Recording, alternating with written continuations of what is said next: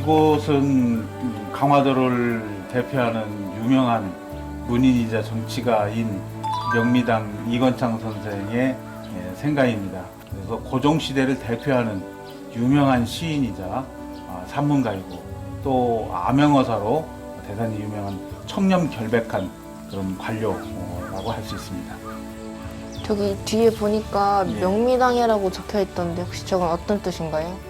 이분의 할아버지인 이시원 선생이 판서를 지낸 분인데 병인 양요 때 외적이 침입하자 순절하신 그런 훌륭한 분입니다. 그분이 이건창 선생을 굉장히 아꼈는데요. 이건창 선생 어렸을 적부터 천재로 알려져 있었습니다.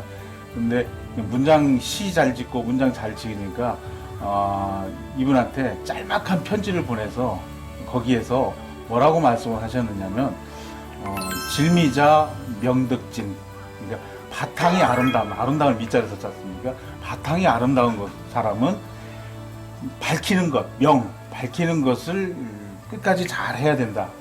그래서 그래야 시문이나 잘 짓고 뭐 패관 잡기, 요즘 말로 하면 잡서라든지 소설이든지 이런 것만 읽는 사람이 아닌 경악을 하고 훌륭한 예절을 잘 밝히는 그런 훌륭한 인물이 될 수 있다. 너무 시문만 잘 짓지 마라. 그게 평생 이분은 그 말씀을 지키려고 해서 자신의 호를 갖다 거기 명미당이라고 이렇게 한 겁니다. 그래서 뜻 자체가 굉장히 좋은 그런 호입니다.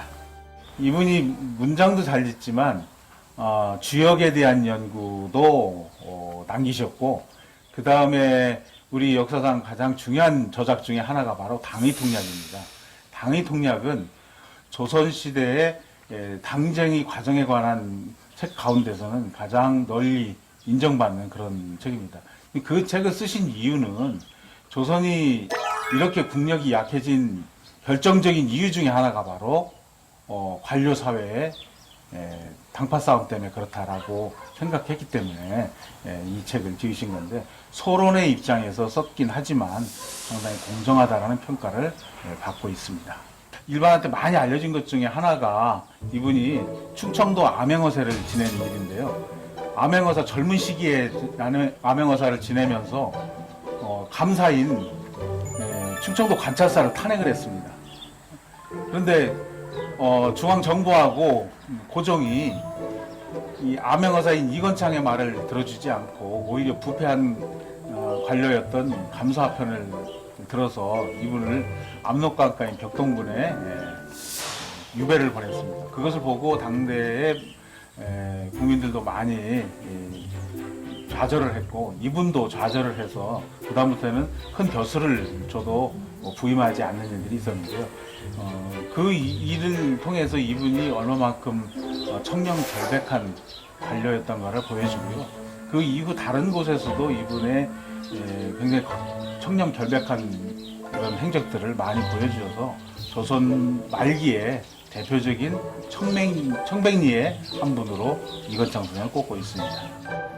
불의에 타협하지 않고 고지식할 정도로 청렴하게 일처리하신 이건창 선생님의 모습을 보면서 현 시대에도 꼭 이런 분이 있었으면 좋겠다라는 생각이 들었습니다.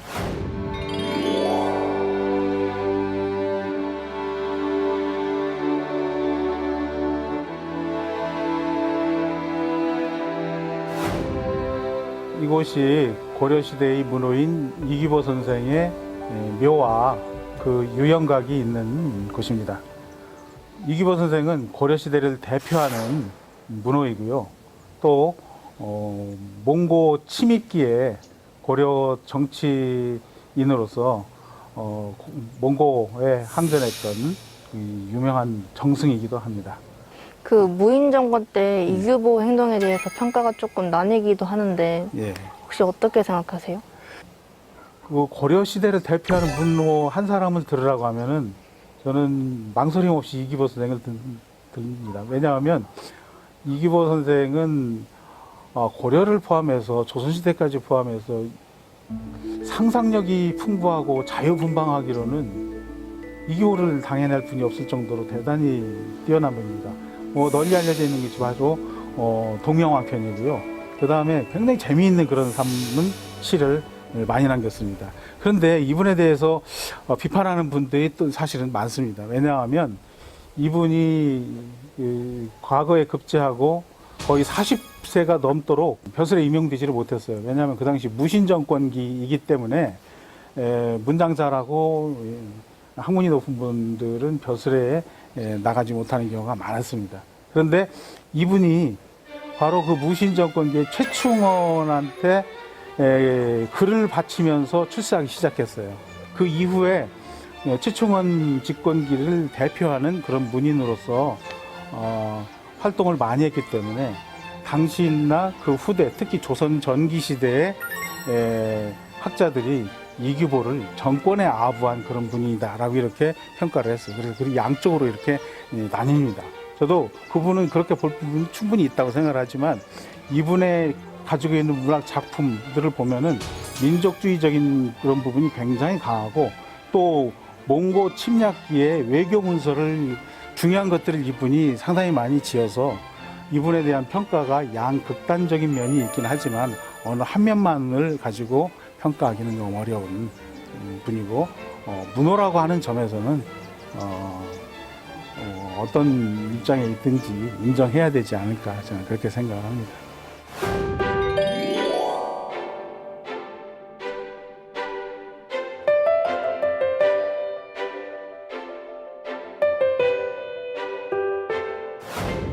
여기는 교동향교의 대성전 앞입니다.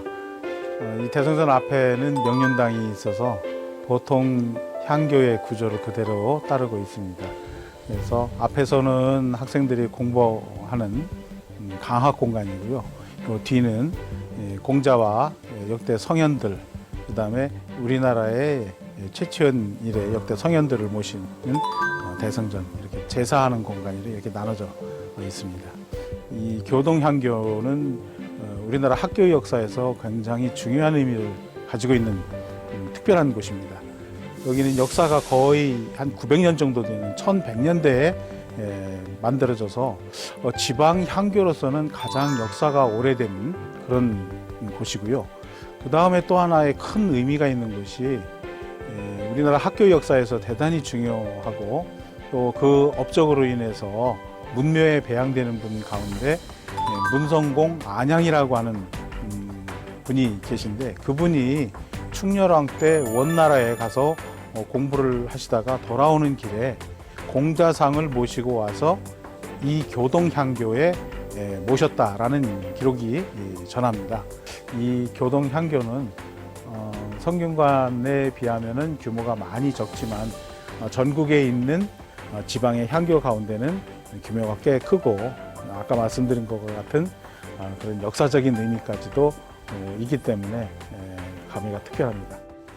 마지막 기행 장소가 이 향교라서 그런지 대학생인 저희에게 좋은 기운을 많이 주는 것 같아요. 네, 여기 정말 날씨도 좋고 그 다음에 여기 분위기도 굉장히 좋고 더구나 지금 계절이 이제 추석을 앞두고 있어서 굉장히 풍광도 좋습니다. 기운을 많이 받아서 학교에 가서 더 공부 열심히 하기 바랍니다.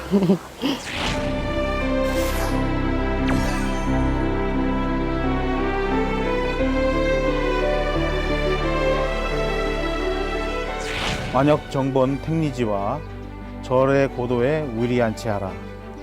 두 권의 책과 함께한 역사기행 어떠하셨나요?